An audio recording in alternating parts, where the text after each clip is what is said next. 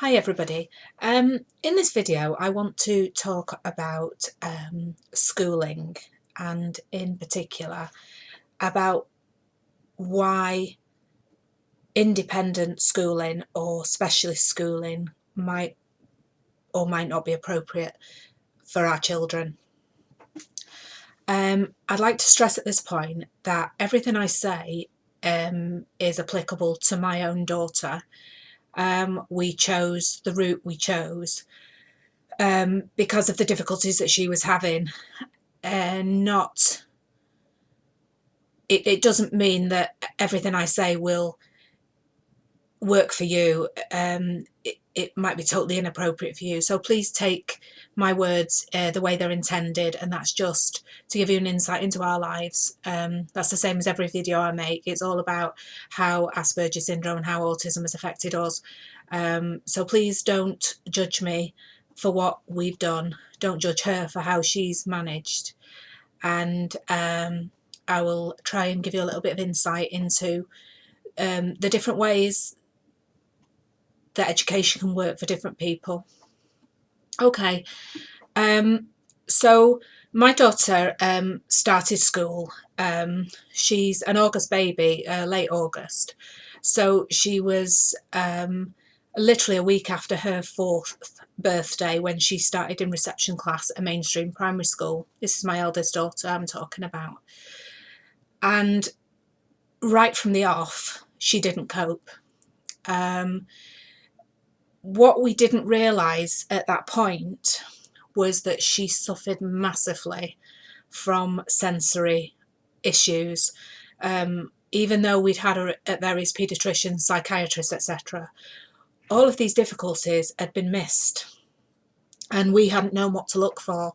So we lived with the symptoms of these problems, but we hadn't been able to identify the problems themselves.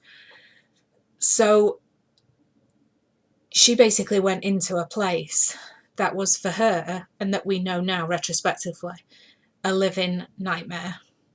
She had, and still has to a degree, and I'll discuss that in a minute, but she had gross problems with hyper sensory sort of stimulation to light. She really struggled with fluorescent lighting, bright lighting, even sunshine. She also struggles and still struggles with audio hypersensitivity, and this, you can imagine, in a classroom she has the inability to filter noise, so it was just noise, you know. It was just noise. That's what she was exposed to. Bright light that was physically painful, a noise that was painful. She was exposed to other young children of her age who wanted to be with her, who wanted to play with her, and she was exposed to them touching her and shoving her and just being around her, and it was all a total torment for her. On top of this, the teachers, she was undiagnosed, they knew that she had some issues, but she was put down as a shy girl. So what would happen is she would have meltdowns, and so what they would do is they would all scurry around her and try and bring her through, rally her through, which would then just make things 10 times as bad. You know, what she really needed at that moment was social isolation. She just needed total isolation to be able to shut out some of this noise and this mayhem going on in her world. Okay, so moving on. Throughout her young school years, it was terrible for her. She hated school. There's a funny story that when I first used to take her to school, I think probably the 2nd year in, I would have a plan to get her through the school gates, and her teacher would kick off the high heels because it was her job to keep her there. So she would kick off her high heels and then spend like the next 10 minutes trying to chase her around, trying to get her to stay. It was torturous. It was torturous for us all. Yet still, she was undiagnosed, yet still they were insistent that she was just a shy child. So she ended up going through several years totally unsupported. I moved out of the area then to come and live in Wales, and I ended up putting them in because I had 3 children who needed to be schooled together. I had to put them in the first school that I could get them into, and this was even worse than the first, because now she was at a point where she was now going into a new school, and these children were frightened of her because of her unpredictability, and they bullied her, and the ones that didn't bully her just avoided her and ignored her. The teachers just let her sort of spend her days with her head down on her desk, and it actually got to the point where even other parents were discussing her within her hearing, you know, calling her neurotic and mad and basically bullying her. So I withdrew her from that school, put her in another school, and this is something that happens with a lot of autistic kids. They get passed from pillar to post. You try and make them fit in, you know, round peg, square hole. It's a nightmare. So I ended up putting her in another school, and it was just more of the same, you know. This time the head teacher sort of picked up on the fact that she might be autistic, and then spent the next several years trying her hardest to sort of do nothing about it. Awful. And some of the things that I've found out retrospectively that happened in those classrooms, and I've got no reason to disbelieve them, but it's quite shocking.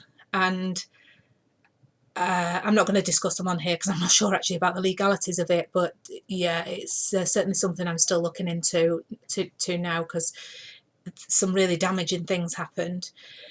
Okay, so a transition plan was put in place for her to go up to mainstream high school, and this transition plan was put in place and then basically ignored, because they hadn't been able to identify any of her problems, any of her real issues. She was just about being diagnosed at this time with Asperger's. But it was really a case of, we'll cope with her. You know, we've got lots of children who are on the autistic spectrum. She'll be fine. But she wasn't fine. She really wasn't fine.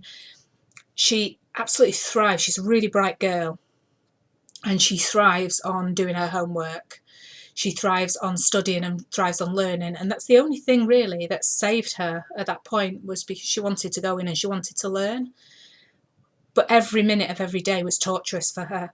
You know, imagine those corridors, the hustle, the bustle, the noise, the smells. She's also got, you know, olfactory, you know, she smells things very acutely. It was torturous for her. So when she was progressively becoming more and more anxious and more depressed, and I had asked everybody, I was asking help all the time. And again, you people out there, you will know where I'm coming from here. And I spent as much time in tears as she did, because it was just, the help wasn't forthcoming. And then just before, she was in year 9, just before the Easter, she was in year 9, she came home and she snapped. And literally, she was walking around in circles on the spot, pacing round and round and round, just saying, Mummy, I can't do this, I can't do this, I can't do this, make it stop, I don't want to go on, I don't want to go on. And I thought, oh my God, I've got this young child who basically wants to die, who doesn't want to be here anymore because she can't survive this torture that I'm putting her through every day. And she looked, after some time, you know, managed to sort of get through to her, and she said to me, will you go to prison if I don't go back to school, you know, and I said to her, if you can't go back to school, then we'll deal with it. And the first thing I did was I actually rang up somebody who was working for IPSEA, IPSEA. He was an educational advocate who'd helped me with some issues I was having with the children. And the first thing he said to me was, get a doctor's letter to say why she's not attending school, you know, to protect me legally, which is what I did. And then I spent the next 6 months fighting for an absolute pittance of home education for her, which, whilst the tutor was excellent, the amount she was awarded was ridiculous. You know, we're talking a couple of hours a week here for a girl who's very bright. And anyway, to cut a very long story short, a throwaway comment was made to me about special education, about putting her in a school for Asperger children. And I was absolutely appalled. I was, how can you suggest I want to get rid of my daughter, etc., etc.? And of course it wasn't meant in that way. And I was desperate, and she was desperately unhappy.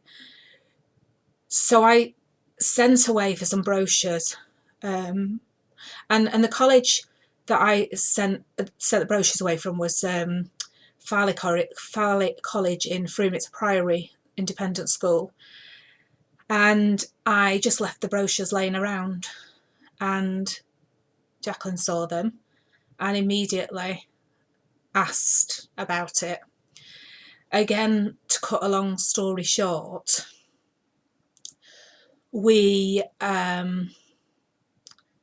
I asked her if she wanted to go and have a look around, and she said yes. And so this was put in place, and she was going to go for initially, I think, for a look around, and just I think she sat in for a few classes just to sort of feel the vibe, sort of thing.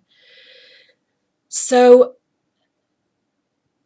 we did this. It's quite some way away. It's a good hour away from where we live. And I was terrified. I was frightened. I was actually frightened of all the children, because they're a lively bunch over there. And when we came home, as we were just about to drive away from the place, I said to her, how was it? How do you feel?